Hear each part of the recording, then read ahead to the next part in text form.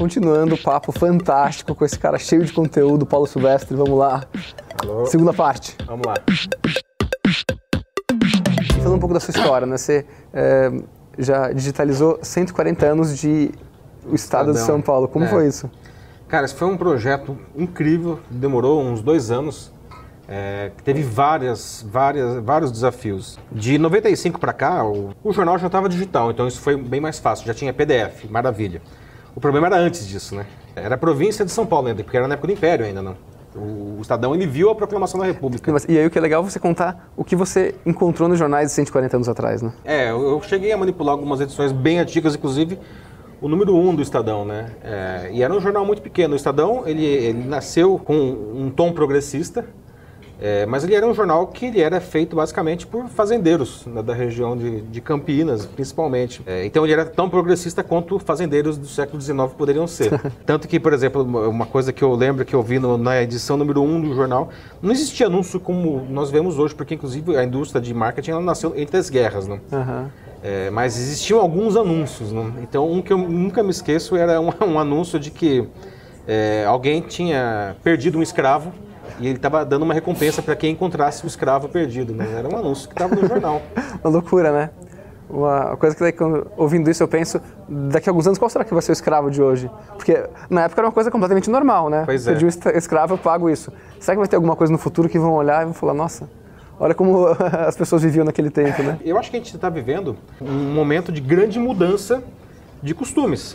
Né? Hoje as coisas mudam muito mais rapidamente, Sim. Inclusive porque as pessoas têm acesso a muito mais informação o tempo inteiro, todo tipo de informação sem filtro. Há 30 anos atrás, a informação que todos nós recebíamos era filtrada. Totalmente filtrada e Hoje tendenciosa. Exatamente, hoje isso não existe mais. Né? Então, por exemplo, coisas que nós estamos passando, nós estamos aí em um momento crucial de mudança, por exemplo, de como lidar com pessoas que têm uma orientação sexual diferente da sua. Sim.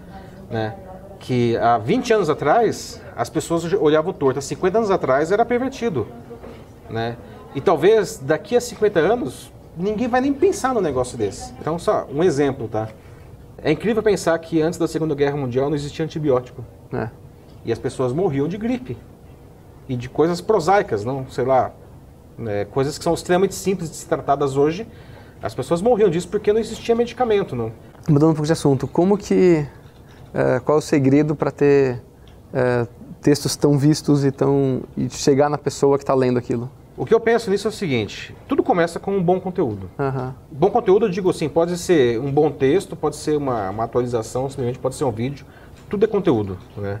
Até aquela foto que você publica de gatinho no Instagram, aquilo lá é conteúdo. Né? Então, se você tiver um bom conteúdo, e o bom conteúdo é aquele que faz sentido para o seu público, né? Porque o bom é um juízo de valor. Né? Mas, enfim, se você tem um bom conteúdo, é o começo. O bom conteúdo ele é o ponto de partida, mas ele está muito mesmo longe de ser o ponto de chegada.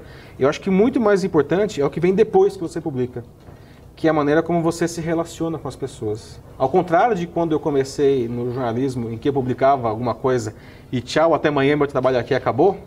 Agora não, você colocou, vai ter reação positiva, contrária. Vai ter uma reação que pode ser positiva, pode ser negativa, às vezes muito negativa, você tem que estar preparado para isso também. E é instantâneo, né? Assim, você publicou, o negócio na hora vai acontecer. E você tem que lidar com isso daí, né? Esse é que é o grande segredo, eu acho. Porque você vai ter caras lá, você vai ter haters, tudo bem, mas você vai ter pessoas que gostam, que são fãs, tudo bem também, mas vai ter pessoas que vão ali colocar mais informação.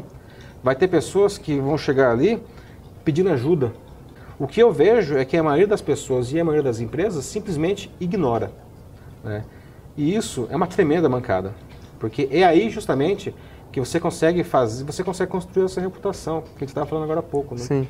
Como você se comporta com os haters? Cara, eu sempre tento trazer o cara pra luz. Porque teve várias situações muito assim, tipo, cara, perdi a fé na humanidade, vou fechar isso daqui, nunca mais vou voltar. Muito ruim, assim, porque eram coisas sempre muito gratuitas, muito virulentas e muito inesperadas, assim. Você tá andando pela rua, de repente vem um cara e te dá um chute na boca. Assim. Aí o bom do meio digital é que você não precisa responder na hora, não. E aliás, isso é uma dica, né? Nunca responda na hora. Porque se você responder na hora, você vai responder com o fígado. E aí o negócio... Aí é o que o cara quer. É o que o cara quer, exatamente. E aí sobe o negócio. Você perde a razão, entendeu? Qual a diferença que você vê entre Facebook e LinkedIn? A diferença entre essas duas, na verdade, é o propósito das duas redes. Sem entrar em méritos comerciais, questões comerciais, eu vejo, por exemplo, no caso do Facebook, o propósito do Facebook é conectar pessoas. Então, quando eu publico alguma coisa no Facebook, as pessoas que eu vou impactar organicamente, ou seja, sem pagar, são as pessoas que já têm alguma relação comigo, ou porque elas são meus amigos, ou porque elas, enfim, curtem a minha fanpage, ou, enfim, essas pessoas já têm uma relação prévia comigo, são elas que eu impacto. No LinkedIn, eu entendo que o propósito é muito mais nas ideias, não? Então, quando eu publico alguma coisa no LinkedIn, eu acabo impactando pessoas que não têm absolutamente nada a ver comigo. Assim, elas não são meus amigos, elas não são amigos dos meus amigos, elas não trabalham no que eu trabalho, elas não estão onde eu estou. A relação, você fala, como que essa pessoa chegou até aqui?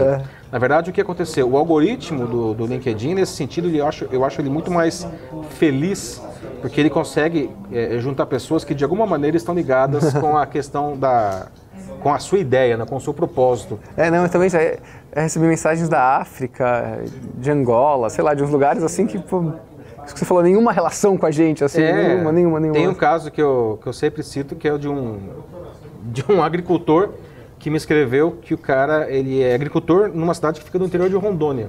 Ou seja, o meu artigo de marketing digital ajudou um agricultor do interior de Rondônia a ver o negócio dele de uma maneira completamente diferente. Como assim, né? Como assim?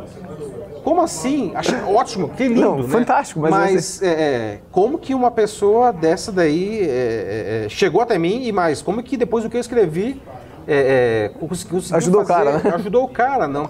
Na Gaia tem 10 valores fortes, né? Então aqui tem 5 dos 10 valores, você fecha a mão, bate, daí quando você bater aqui, você vai falar alguma coisa sobre esse valor. Tá, como que é? Eu bato aí? Põe a mão em qualquer valor aqui, sem ver.